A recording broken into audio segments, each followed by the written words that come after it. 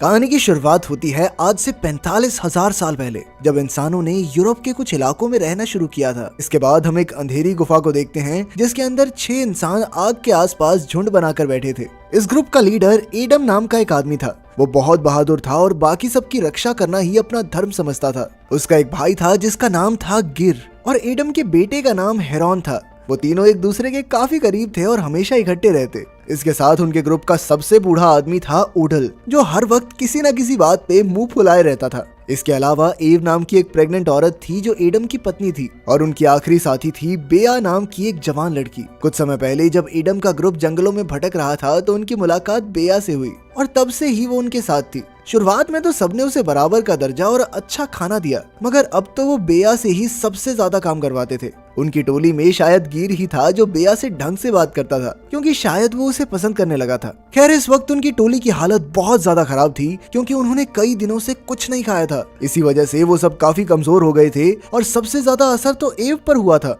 क्योंकि ये उसकी प्रेगनेंसी का 7वां महीना चल रहा था। अगली सुबह जैसे ही सूरज उगा, उन्होंने अपना सामान बांधा और आगे के रास्ते पर निकल गए। चलते चलते एडम ने पहाड़ियों की ओर इशारा करते हुए कहा कि उन्हें वहां जाना चाहिए। उसने कहा कि इन पहाड़ों में कई गुफाएं हैं जहां पर वो आराम से रात गुजार सकते हैं। फिर कुछ समय बाद एडम और गिर ग्रुप से अलग होकर कुछ खाने के लिए ढूंढने निकले। वो एक पहाड़ी की दूसरी ओर पहुंचे तो उन्हें एक मैमथ की हड्डियां दिखाई दी। ये देखकर वो सब घबरा गए, क्योंकि इसका मतलब ये था कि इस मैमथ से भी बड़ा कोई जानवर इन पहाड़ों में घूम रहा है। खैर, फिर कुछ देर और घूमने के बाद वो एक ऐसी जगह पहुंचे जहां से पूरा जंगल दिखता था। तब गिर ने कहा कि उन्हें जंगल से होते हुए आगे बढ़ना चाहिए, इससे उनका समय भी बचेगा और रास्ते में उन्हें शिकार के लिए कई जानवर भी मिल जाएंगे। लेकिन एडम ने उसी वक्त इसके लिए इनकार कर दिया, क्योंकि उसका मानना था कि ये जंगल बेहद खतरनाक है। उसे शक था कि मैमथ का शिकार करने वाला जानवर इसी जंगल में घूम रहा है। उसने ऐलान किया कि वो जंगल के बीच से नहीं बल्कि उसके किनारे से निकलेंगे, चाहे इस वजह से उन्हें कुछ दिन ज्यादा न लग जाएं। उस रात दोनों भाई खाली हाथ वापस लौटे, क्योंकि उन्हें शिकार के लिए कोई जानवर नहीं मिला। उन्होंने मैमथ के बारे में किसी को नहीं बताया, वरना वो घबरा जाते। उनके पास कोई गुफा भी नहीं थी, इसीलिए उन्हें बाहर ही आग जलाकर बैठना पड़ा। फिर कुछ देर बाद उन सबको दूर से किसी के बुरी तरह चिल्लाने की आवाज सुनाई दी। एडम और गिर को लगा कि शायद ये वही शिकारी जानवर होगा जिसने मैमथ को हराया था। उन्होंने तुरंत अपने हथियार उठाए और इस जानवर का सामना करने के लिए तैयार हो गए। जैसे ही उनकी नजर हटी तो अचानक एडम के बेटे हेरॉन को कोई अंधेरे में ही खींच कर ले गया। एडम ने तुरंत उसका पीछा करने की कोशिश की, मगर सबने उसे जबरदस्ती रोक लिया, क्योंकि ये खतरे से खाली नहीं था। उन्होंने एडम को समझाया कि वो सुबह हेरॉन को ढूंढने जरूर जाएंगे, अभी उसका अकेले जाना बिल्कुल भी ठीक नहीं है। फिर जैसे ही सुबह हुई तो वो सब मिलकर हेरॉन को ढूंढने निकल पड़े। एडम काफी पुराना शिकारी था, इसलिए वो जानवर के पैरों के निशान का पीछा करते हुए हेरॉन के कपड़ों तक पहुंच गया। उन कपड़ों में उसे एक अजीब से काले रंग का लिक्विड मिला जो खून तो नहीं था। ये देखकर उसे हौसला मिला कि उसका बेटा शायद जिंदा है। इसके बाद उन्होंने तेजी से पैरों के निशान का पीछा किया और जंगल के किनारे तक पहुंच गए। एडम समझ गया कि वो जानवर उसके बेटे को जंगल के अंदर ले गया है, इसलिए वो भी बिना सोचे जंगल में घुस गया। जल्द ही उसके बाकी साथी भी उसके पीछे आ गए और चलते चलते वो एक ऐसी जगह पर पहुंचे जहां कई सारे जानवरों की लाशों का ढेर था और उनकी हड्डियां इधर उधर बिखरी हुई थी। इससे पहले कि वो जानवरों का मांस खाते, अचानक उन्हें किसी के जोर से चीखने की आवाज आई। इससे वो सब इतना डर गए कि अचानक घने जंगलों की ओर भागने लगे और फिर जल्द ही रास्ता भटक गए। अब रात भी बहुत हो चुकी थी, इसलिए उन्होंने यहीं आग जलाकर रात गुजारने का फैसला किया। तभी ओडाल ने हमेशा की तरह बेया पर इल्जाम लगाना शुरू कर दिया। उसने कहा कि जब से ये लड़की हमारे ग्रुप में शामिल हुई है कुछ अच्छा हो ही नहीं रहा। वो तो चाहता था कि सब बेया को धक्के मारकर यहाँ से निकाल दें। लेकिन इससे पहले कि कोई कुछ कहता, एक बार फिर उन्हें उसी रहस्यमयी जानवर की आवाज सुनाई दी। जैसे ही वो आवाज उनके बहुत करीब आ गई तो एडम ने उसी दिशा में अपना भाला फेंक के मारा, लेकिन उसका निशाना सही जगह लगा नहीं। तब वो समझ गए कि ये जानवर बहुत तेज और फुर्तीला है। वो जानता था कि लीडर होने के नाते अगर उसने सही कदम नहीं उठाया तो इसका खामियाजा पूरे ग्रुप को भुगतना होगा।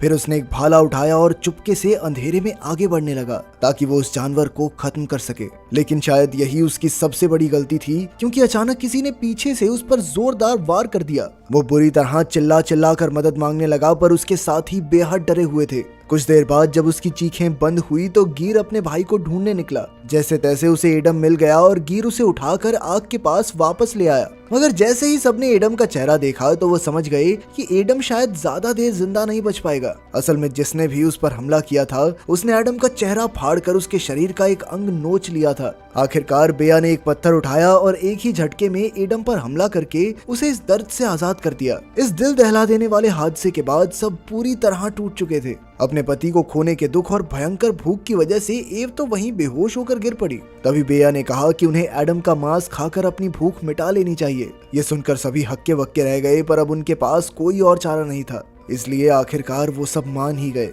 बाकी सबने तो जैसे तैसे खाना खा लिया, मगर गिर अपने ही भाई का मांस खाने की हिम्मत नहीं जुटा सका। फिर अगली सुबह उठकर गिर ने लीडर का जिम्मा संभाला और उन्हें इस जंगल से सही सलामत बाहर निकालने का वादा किया। मगर काफी घंटों तक चलने के बाद भी वो आखिरकार उसी जगह पर आकर खड़े हो जाते। तब उडाल अपने अंधविश्वास की नई कहानी बुनकर कहने लगा कि वो रहस्यमयी जानवर उन सब में से किसी को नहीं छोड़ेगा, क्योंकि वो सभी बिन बुलाए उसके इलाके में घुस आए हैं। जब बाकियों ने पूछा कि इसका हल क्या है तो उडाल कहने लगा कि उन्हें किसी एक की बलि चढ़ानी होगी। ये देखकर सभी बेया की ओर देखने लगे, क्योंकि वो तो बाहर से आई थी। फिर अचानक उन सब ने बेया को जबरदस्ती पकड़कर बांधने की कोशिश की। इसी जद्दोजहद में बेया ने गिर को लात मारी, जिससे उसका सर एक पत्थर से टकरा गया और वो वहीं पर बेहोश हो गया। अंत में उडाल और एव ने जैसे तैसे उसे एक पत्थर से बांध ही दिया। इसके बाद उडाल ने उस राक्षस को आवाज लगाते हुए कहा कि वो बेया को खा सकता है। कुछ ही पलों में दूर से वही भयानक चीजें सुनाई देने लगी। उडाल तो इतना डर गया कि वो उसी जगह पर जम गया और तभी बेया को भागने का मौका मिल गया। अब उडाल और एव के पास कोई दूसरा चारा नहीं था, इसलिए उन्होंने अपने हथियार निकाले और राक्षस का सामना करने के लिए तैयार हो गए। मगर ऐन वक्त पर उडाल ने एव के ही पेट में चाकू घोंप दिया और चिल्लाने लगा ताकि राक्षस उसकी बजाय एव को खा जाए। लेकिन तभी एव ने अपना पूरा जोर लगाकर उडाल को धक्का दे दिया, जिससे उसकी टांग टूट गई। अब वो दोनों ही बुरी तरह जख्मी थे। इसके बाद हम गियर को देखते हैं, जो अब होश में आ चुका था। उसने उठकर अपने साथियों को ढूंढा, लेकिन वहां की घनी धुंध में उसे कुछ दिखाई नहीं दे रहा था। खैर कुछ देर बाद वो उडाल तक पहुंच गया, जो जमीन पर पड़ा हुआ था। गैर उसकी ओर बढ़ा, पर अचानक किसी ने उसे जमीन पर खींच लिया। असल में ये बेया थी, जो उस रहस्यमयी जानवर पर नजर रखे हुए थी। कुछ ही पलों में वो जानवर उडाल के ऊपर चढ़ गया और उसी पल उडाल की जान निकल गई। अब बेया ने खुद इस जानवर का सामना करने का फैसला किया। उसने गियर को मोहरा बनाकर उस जानवर को लुभाया और जैसे ही वो जानवर उसकी ओर आया तो बेया ने पीछे से उस पर जोरदार हमला कर दिया, जिससे वो जमीन पर आ गिरा। फिर बेया ने उसके चेहरे का नकाब उतारा तो उसके पैरों तले जमीन खिसक गई। जिस जानवर से वो अब तक घबरा रहे थे वो कोई और नहीं बल्कि एक निएंडरथॉल औरत थी। वो दोनों कुछ पलों के लिए एक दूसरे को घूरती रही और फिर अचानक निएंडरथॉल औरत चिल्लाते हुए वहां से भाग निकली। तभी बेया और गिर भी उसके पीछे दौड़े और आखिरकार जंगल से बाहर आ गए, लेकिन वहां उन्हें वो निएंडरथॉल औरत कहीं दिखाई ही नहीं दी। निएंडरथॉल असल में ठंडे इलाकों में रहने वाली इंसानों की ही एक प्रजाति हुआ करती थी, जो आज के दिन जिंदा तो नहीं है, लेकिन उनके कंकाल हमें जरूर मिले हैं। अब बेया और गिर को समझ नहीं आ रहा था कि आगे क्या किया जाए। गिर ने कहा कि उन्हें अपने असली इलाके में वापस चले जाना चाहिए और वहां जाकर बच्चे पैदा करने की कोशिश करनी चाहिए, लेकिन बेया चाहती थी कि वो उस निएंडरथॉल औरत का पीछा करें। उसका मानना था कि निएंडरथॉल लोग उनसे ज्यादा आधुनिक हैं और उन्होंने शिकार करने और खेती बाड़ी के नए तरीके इजाद कर लिए हैं। गिर कहने लगा कि ये खतरे से खाली नहीं होगा, पर इस पर बेया ने जवाब दिया कि वो वैसे भी भूख से मर ही जाएंगे, इसलिए उन्हें आखिरी कोशिश जरूर करनी चाहिए। ये सुनकर गिर मान गया और वो दोनों निएंडरथॉल औरत के पैरों के निशान का पीछा करने लगे। कई घंटों तक पहाड़ों की चढ़ाई और खतरनाक नदियां पार करने के बाद वो एक जगह पहुंचे जहां कई गुफाएं मौजूद थी। अब उन दोनों ने अलग अलग दिशाओं में जाने का फैसला किया। जैसे ही बेया एक गुफा में घुसी तो अचानक एक निएंडरथॉल आदमी ने उस पर हमला कर दिया। वो बेया का गला दबाने लगा और जल्द ही वो बेहोश हो गई, लेकिन ये सिर्फ एक चाल थी। जैसे ही उस आदमी ने बेया की गर्दन छोड़ी तो अचानक बेया ने एक तीखे पत्थर से उस पर जोरदार वार कर दिया,